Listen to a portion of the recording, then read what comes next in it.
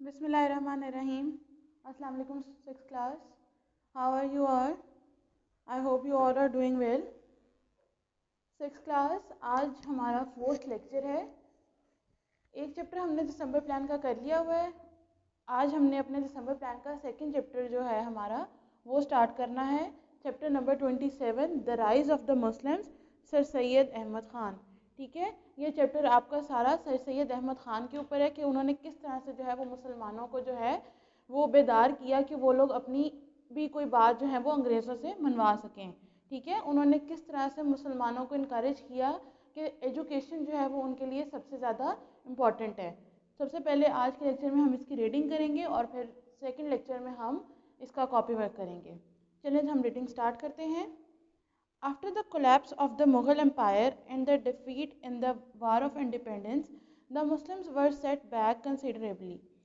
کہتے ہیں کہ مغل سلطنت کے خاتمے اور جنگ آزادی میں شکست کے بعد، اس کے ہارنے کے بعد مسلمان جو ہیں وہ کافی حد تک پیچھے ہٹ گئے تھے. ٹھیک ہے، وہ بہت انگریزوں سے، ہندوؤں سے بہت پیچھے ہو گئے تھے. The Hindus controlled commerce and industry and having acquired education got the best job. وہ کہتے ہیں ہندو جو تھے انہوں نے کیا کیا، کامرس اور جو انڈسٹری یعنی صنعت وغیرہ تھے اس کو کنٹرول کرنا شروع کر دیا. Having acquired education got the best job, اور ان کے پاس تعلیم بہت زیادہ تھی. انہوں نے اچھی تعلیم حاصل کی جس کی وجہ سے ان کو بہترین جو جابز ہیں وہ ملیں. The Muslims on the other hand were left behind. وہ کہتے ہیں مسلمان دوسری طرف جو تھے مسلمان تھے اور مسلمان جو تھے وہ پیچھے رہ گئے. ود لو پیڈ جابس اور ایز ایگریکلچرل ورکرز. کہتے ہیں یا تو ان کی جاب جو تھی ان میں بہت کم پیسے ملتے تھے یا پھر وہ ایگریکلچرل ورکر یعنی زرعی کاموں کی طرف جو ہے وہ چلے گئے، یعنی کھیتی باڑی کی طرف جو ہے وہ مسلمان چلے گئے. They had unwisely rejected Western education and thus could not participate in the government or compete with the Hindus. وہ کہتے ہیں کہ انہوں نے بے وقوفوں کی طرح جو ہے نا وہ ویسٹرن ایجوکیشن یعنی ہندوؤں کی جو ایجوکیشن تھی، انگریزوں کی جو ایجوکیشن تھی ان کو انہوں نے کیا کیا، ٹھکرا دیا کہ ہم نے یہ ایجوکیشن حاصل نہیں کرنی کیونکہ انگریزوں کی ہے. اسی وجہ سے کیا ہوا تھا، اسی وجہ سے وہ لوگ گورنمنٹ کے اندر پارٹیسپیٹ نہیں کر سکتے تھے اور نہ ہی وہ ہندوؤں کے ساتھ مقابلہ کر سکتے تھے کیونکہ ہندوؤں کے پاس بھی ایجوکیشن بہت زیادہ تھی اور انگریزوں کے پاس بھی ایجوکیشن بہت زیادہ تھی. However, the minority of educated Muslims was keenly aware of these differences. وہ کہتے ہیں تعلیم یافتہ جو مسلمانوں کی اقلیت تھی یعنی جو مسلمان تھوڑی تعداد میں تھے اور تعلیم یافتہ تھے، ان کو ان اختلافات سے ان کو وہ واقف تھے کہ یہ چیز جو مسلمان کر رہے ہیں وہ یہ چیز غلط کر رہے ہیں. Foremost among them was سر سید احمد خان. وہ کہتے ہیں کہ انہی میں سب سے زیادہ جانے مانے کون تھے، سر سید احمد خان. یعنی جو لوگ ایجوکیٹڈ تھے مسلمان، ان کو پتہ تھا کہ مسلمان جو ہیں وہ یہ چیز غلط کر رہے ہیں، ان کو تعلیم حاصل کرنی چاہیے تاکہ وہ انگریزوں کے ساتھ اور ہندوؤں کے ساتھ مقابلہ کر سکیں. اور انہی کے اندر کون تھے، سر سید احمد خان، جو مسلمانوں کو یہ کہتے تھے کہ وہ تعلیم حاصل کریں. Born in Delhi in 1817, he belonged to an old and prominent family. وہ کہتے ہیں سر سید احمد خان کہاں پیدا ہوئے، دلی میں پیدا ہوئے. اور کب پیدا ہوئے، 1817 میں پیدا ہوئے. اور ان کا تعلق جو ہے ایک پرانی اور ایک جانی مانی فیملی یعنی پرومیننٹ فیملی میں سے ان کا تعلق تھا. After receiving a traditional education, he joined the East India Company and became a judge in Delhi in 1846. وہ کہتے ہیں اپنی ایجوکیشن حاصل کرنے کے بعد انہوں نے ایسٹ انڈیا کمپنی جو ہے وہ جوائن کر لی اور دلی کے اندر 1846 میں وہ جج بن گئے. During and after the War of Independence, most Muslims did not approve of Sir Syed Ahmad Khan's attitude.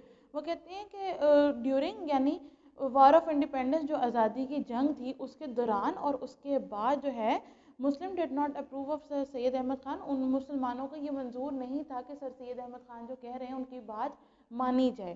He had tried to stop the Muslims from opposing the British and began to work actively towards bringing about greater understanding between them.